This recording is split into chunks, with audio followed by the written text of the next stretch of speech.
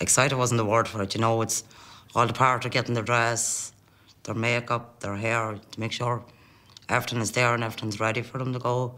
Yeah, a whole exciting, you know. It's what she was looking forward to it.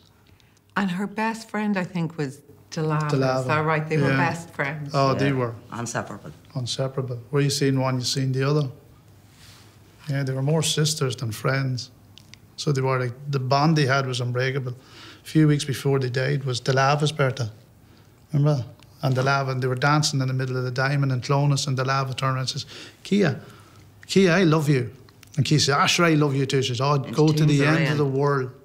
Do you mind going back to that terrible day? So it obviously started off great. They were getting ready for the Debs. Yeah. Getting ready that morning. Me and Kiea, of course, she was above in the bedroom and I'm downstairs waiting for her. We're texting each other back and forward. I said, come on, time to get the makeup done. Get up, I says, oh, I'm awake, mommy, all morning. She go.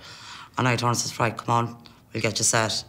They were so excited about it. Then Aveen landed. And Aveen, yeah. That's Delava's sister. Yeah, Aveen is the other sister. You know, she was their best friends. There were 3 buddies. So they headed off. How did it happen that Anthony McGinn drove them? See, Anthony McGinn was a friend of mine. So he was, so-called friend. So Anthony McGinn had said, you know something, I will take them. And so he says, you don't have to do that. And he says, no, I will take them. I'll get them there safe, and I'll go back and I'll take them home safe.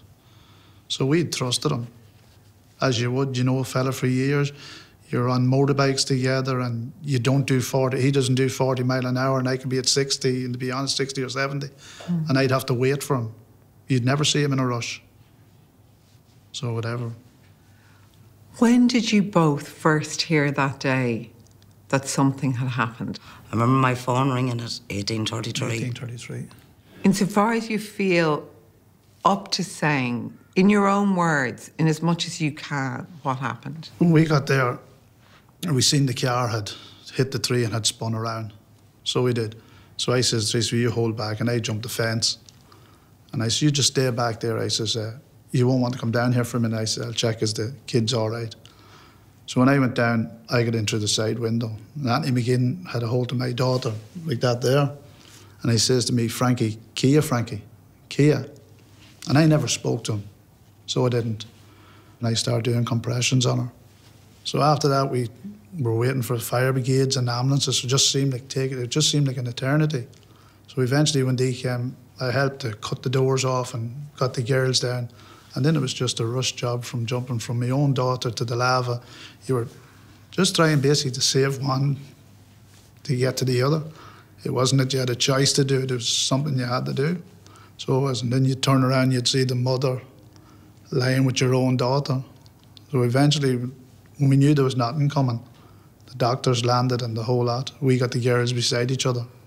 Like when they're in the car, they were holding hands when they were gone. And we knew they were gone instantly. And then when you look back on the road and you see the rest of your kids standing on the road and them screaming and panicking. And you gave them the last rites yourself with the beads that someone gave you. Yeah. Well, there was nobody else there to do it. You know, if anything, you kind of hope if there is something after life, they would know that you were with them. You know, they'd know that they were loved. Because my daughter knew she was loved.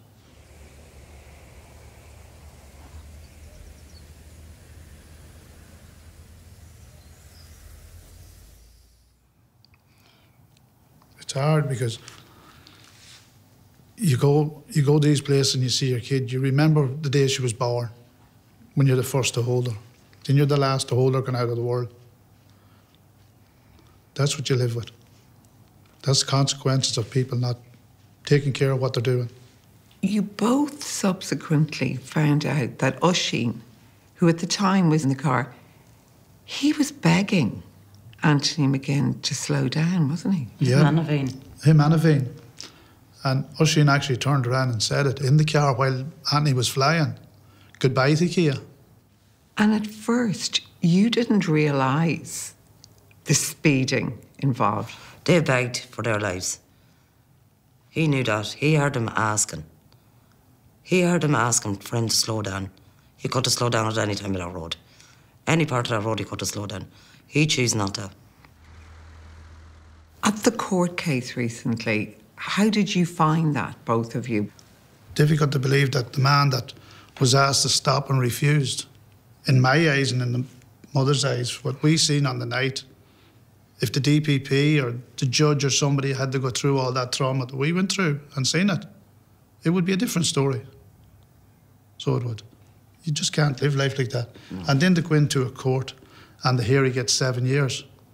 Why not turn around and give 5 years for my daughter? Give 5 years for the lava. 2 years for Aveen. That's 12 years that a judge could have give, consecutive years. He could have given that, not turn around and say, well, I give you the higher end, 9. If he had to turn around and give consecutive sentence, he would have still got 10 years. He would have got his time off, but he would be doing a longer sentence than he's doing now. He's getting 3 meals a day. He's getting visits and coming. Me or her want to visit our daughter, it's a graveyard. Speak to a stone. What would you say, both of you, to people who would say, first of all, I suppose there are sentencing guidelines, and then also in this case, Anthony McGinn, he pleaded guilty really early, there were no drugs or drink involved, and they would say it was a fair sentence. What would you both say to that? To me, it's not a fair sentence.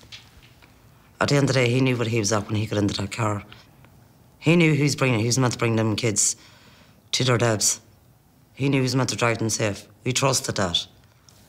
You've another beautiful daughter, Tamika. Yeah. Who's about to make her own Debs. And I gather she at first didn't want to do it. I suppose she was looking back from the morning her sister was getting ready to go, and the excitement that she seen on her face, knowing that she was going to have to start her life. You go on it. Take your time, take your time.